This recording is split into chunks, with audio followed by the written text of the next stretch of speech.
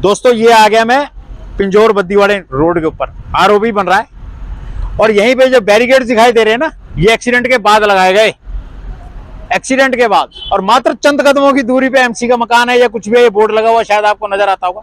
कहां था वो एमसी? सीएम साहब बीजेपी का एमसी है ये, समझ दो इसे। और कम से कम ये जो रोड पे लोग चलते हैं ना गाड़ियां, उनका भी घर परिवार है।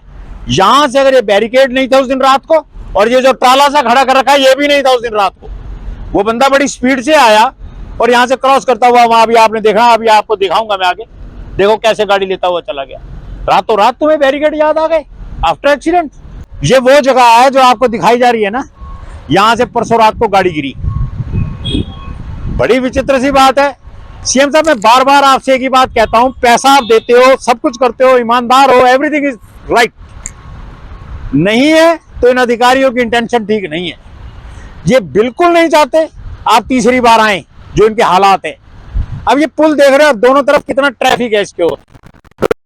पिछले साल इन्हीं दिनों में दिवाली से शायद 1 या 2 दिन पहले आरयूबी जो बना उसके नीचे साथ में 15.5 साढ़े 16 करोड़ की जो सड़क थी, उसके ऊपर एक एक्सीडेंट हुआ था इन्हीं दिनों में, दिवाली से 1 या 2 दिन पहले।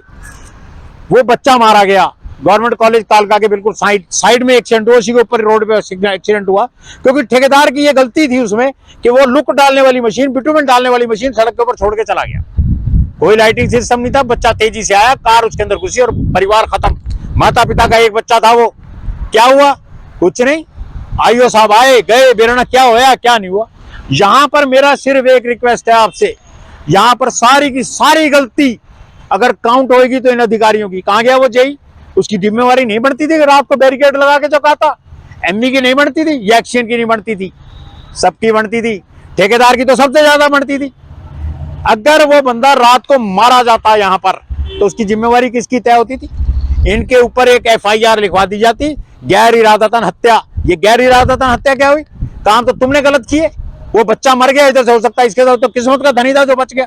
लोगों ने जानबूझकर इस तरीके की हरकत की और इन अधिकारियों के ऊपर यह इरादे कत्ल का चार्ज लगना चाहिए। साहब हार्ड होना पड़ेगा, अभी भी 1 साल रह गया आपके पास।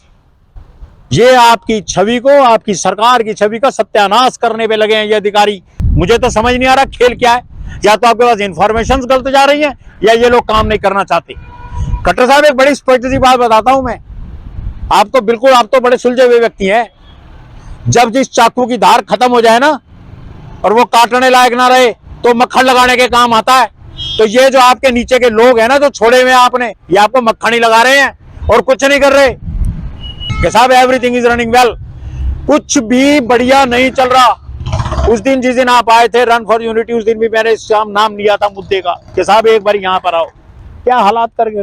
और वहां तो एक एमसी की दुकान भी बताई जाती है।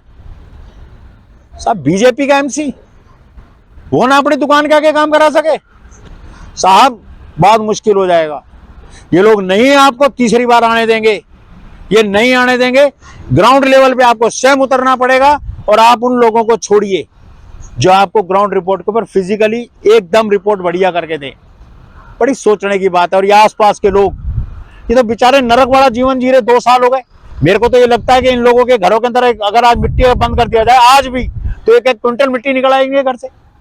टीबी के मरीज हो गए होंगे ये लोग, घरों में कैद होकर रह गए। इनके बारे में भी सोचें आप कुछ।